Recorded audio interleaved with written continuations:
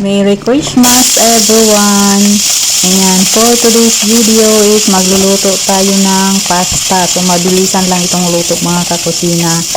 Ayan, at ayan, nagisa na nga ako ng bawang at saka sibuyas. Then, nasunod ko yung leftover natin na lamb or kanin ng tupa. Leftover yan mga kakusina. So, nilagay ko lang siya sa blender para madurog-durog. At ayan, nilagyan ko siya ng asin, paminta, then cumin powder at saka cardamom powder.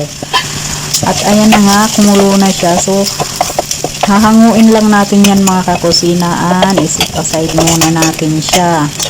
Ayan. So, ayan, sa simpan, naglagay ako ng butter at saka flour.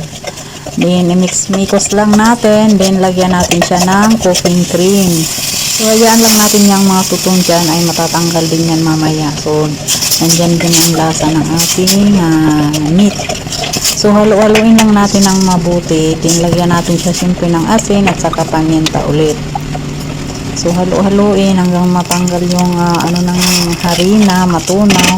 Tinimplahan ko na siya at masarap na. At ayan, nilagyan ko pa siya ng mozzarella cheese. Ayan, sariling version ko lang to mga kakusina. Ayan. Nasa sa inyo na kung gayahin nyo. At ayan, nilagay ko na yung ating cook na pasta. So, kanya-kanya naman tayong diskarte sa pagluluto, diba? So, at ayan, halu-haluin lang natin na maging creamy yung ating pasta. At ilagay na natin yung ating ginisa na leftover na lamb meat or kanin ng tupa. So, ayan, napakasarap yan mga kakusina. So, syempre, timplansya natin ulit. At ayan, yummy. At ayan, ready na yung aking creamy pasta carbonara. May sariling version. At ayan lang for today's video. Thank you for watching.